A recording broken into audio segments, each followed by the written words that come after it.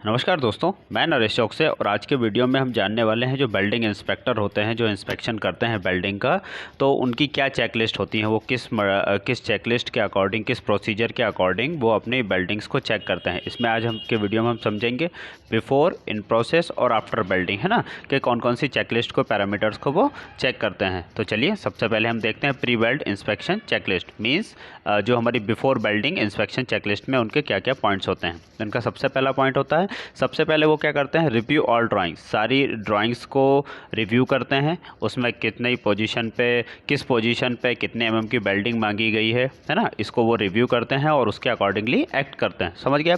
Welding में सबसे पहले वो देखते हैं कितने एमएम की फिलेट या बट मांगा गया है, कौन सा ग्रूव मांगा गया है, वो सिंगल बी, डबल बी या जे, यू, किस टाइप का फ्लैट या बट जॉइंट या लैब जॉइंट मांगा गया है। सबसे पहले ड्राइंग से वो ये चेक करते हैं। इसके बाद वो सेकंड चेक करते हैं, ensure that all materials means चाहे वो बेस मटेरियल हो, चाहे वो कंज्यूमर्स हो, शील्डिंग गैस हो या फिलर मटेरियल हो, है ना, वो किस मटेरियल के लिए, जैसे अगर एमएस के लिए कर रहे हैं तो हो सकता है वो CO2 में कर रहे हो, है ना, या फिर 80-20 मीन्स ऑर्गन में कर रहे हो, 80-20 में कर रहे हो उसके लिए, या फिर फिलर मटेरियल कौन सा कंज्यूमेबल यूज़ कर रहे हैं, वो ER70S यूज़ कर रहे हैं या 308, 309 यूज़ कर रहे हैं, किस टाइप का फिलर मटेरियल यूज़ कर रहे हैं, उसको वो चीज़ें चेक करते हैं। वो एज़ पर ड्राइंग और एज़ पर स्पेक चेक करते हैं, है ना। नेक्स्ट आता है check the physical condition of all material. Physical condition को चेक किया जाता है, जैसे कि मटेरियल में फिटिंग तो नहीं है ना, कहीं अंडरकट तो नहीं है।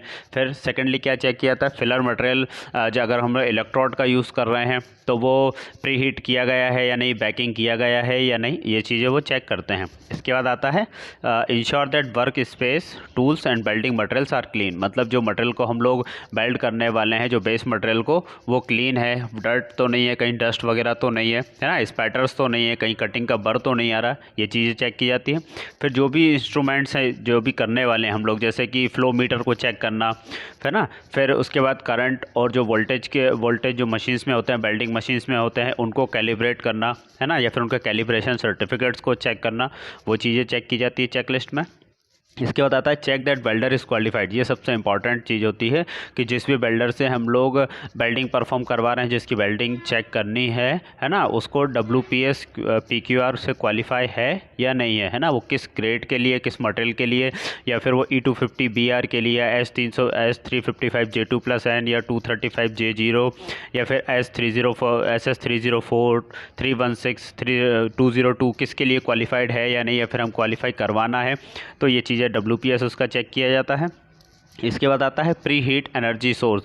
जो हमारा बेस मटेरियल है उसको प्री हीटिंग की ज़रूरत है या नहीं है, वो हम लोग एज़ पर स्पेक और एज़ पर ड्राइंग देखते हैं। कई बार क्या होता है, बेस मटेरियल को प्री हीट किया जाता है, कई बार नहीं किया जाता है, ये डिपेंड्स ऑन द रिक्वायरमेंट, है ना, एप्लीकेबिलिटी के लिए ऊपर डिपेंड ये चीज़ें करती हैं। तो ये हमारी चेकलिस्ट कौन सी होगी, प्री बिल्ड, मतलब बिफोर बिल्डिंग, बिल्डिंग से पहले जो हमारी चेकलिस्ट रहेगी, हम ये सारी चीज़ें उसमें चेक करते हैं। अभी इसके बाद आएगा during building inspection checklist. Means in process में जो हमारी बिल्डिंग चल रही है उसके बीच में हमको क्या चेक करना है, या फिर जो बिल्डिंग इंस्पेक्टर या बिल्डिंग सुपरवाइज़र, बिल्डिंग इंजीनियर क्या चीज़ें चेक करते हैं, अब हम वो देखते हैं।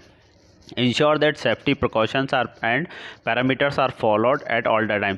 जो भी हमारे सेफ्टी प्रिकॉशंस हैं, जो EHS पॉलिसी के अकॉर्डिंग, चाहे वो PPE हो, है ना, या फिर कोई अदर या फिर कोई अदर सेफ्टी पैरामीटर्स हैं, या फिर इक्विपमेंट्स हैं, है ना, या फिर PPE हैं, वो सारी चीज़ें फॉलो की जा रही हैं या नहीं, बिल्डर ने सारे अपने PPEs पहने हैं या नहीं, वो चीज़ें चेक करना। इसके बाद monitor heat, voltage, technique, temperature and more. अगर जैसे कि जो बिल्डर वहाँ पे बिल्डिंग मार रहा है, सबसे पहले उसका टेम्परेचर वो चेक करना, है ना, कितना हीट इनपुट जा रहा है। फिर करंट एंड वोल्टेज चेक करना। सेकंड, किस टेक्निक से मार रहा है, कितने एंगल पे मार रहा है। फिर उसके बाद जो हमारा टेम्परेचर वहाँ जा रहा है ना, बेस मटेरियल का टेम्परेचर कितना हो रहा है, वो चीज़ें चेक करना। ये सारी इन प्रोसेस में आती हैं।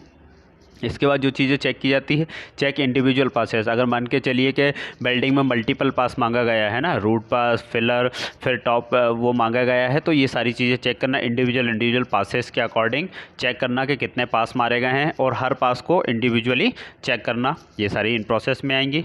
फिर इसके बाद हमारा नेक्स्ट जो आता है वो आता है लुक एनी विजुअल, मतलब अगर जैसे रूट रन मारा गया है ना, तो रूट रन में हमको चेक कर लेना है फिजिकली विजुअली कि कहीं कोई ऐसा क्लू या फिर कहीं कोई सिम्टम ऐसी चीज़ तो नहीं दिख रही है जिसकी वजह से कोई आगे चल के मीन्स जैसे ही वो वेल्डिंग ख़त्म हो और मटेरियल ठंडा, बेस मटेरियल और वेल्डिंग ठंडी हो, कूल डाउन हो एट रूम टेम्परेचर पे, तो उसके बाद कहीं कोई वेल्डिंग डिफेक्ट क्रिएट तो नहीं हो सकता है। ये सारे क्लूज या सिम्टम्स को एक बार वेरीफाई करना। इसके बाद हमारा आता है after welding inspection checklist. Means after welding के बाद हमारी कौन कौन सी इंस्पेक्शन की चेकलिस्ट रहती है वो चीज़ चेक करना। Visually check for discontinuity means welding defect बहुत सारे होते हैं। स्पैटर्स हुए, राइट। इसके बाद हमारा अंडरकट हुआ, लैक ऑफ फ्यूज़न, है ना। ऐसे तरह काफ़ी सारे हमारे वेल्डिंग के डिफेक्ट्स होते हैं जिसको डिसकंटिन्यूटी कहा जाता है। तो ये सारी डिसकंटिन्यूटीज चेक करना विजुअली। अगर विजुअली आपको डायरेक्टली नहीं दिख पा रहा है किसी को भी, तो मैग्नीफाइंग ग्लास का यूज़ कर सकते हैं। इसके लिए इंपॉर्टेंट है कि जो लक्स वैल्यू है, मीन्स जहाँ पे आप देख रहे हैं, जिस वेल्डिंग को आप देख रहे हैं, एक फिक्स डिस्टेंस है जो भी हमारे स्पेक में लिखा गया है, और जो भी लक्स वैल्यू रिक्वायर्ड है उतनी लक्स वैल्यू में देखें। अगर ना हो तो फिर हम एडिशनल टॉर्च या मैग्नीफाइंग ग्लास का भी यूज़, मैग्नीफाइंग लेंस का भी यूज़ कर सकते हैं। इसके बाद आता है perform other type of after weld inspection testing.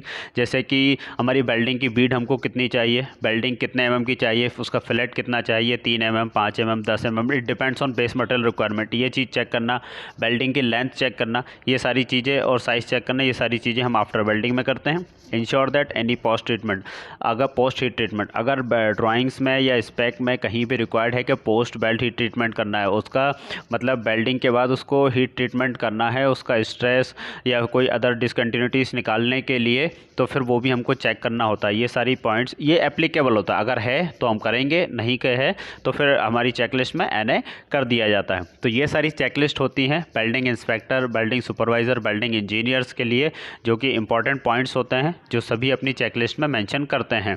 तो चलिए दोस्तों, इसी के साथ आज के वीडियो को ख़त्म करते हैं। मुझे उम्मीद है ये वीडियो आपको आज समझ में आया होगा। कमेंट बॉक्स में हमें कमेंट करके ज़रूर बताएं। Thank you friends, thanks for watching.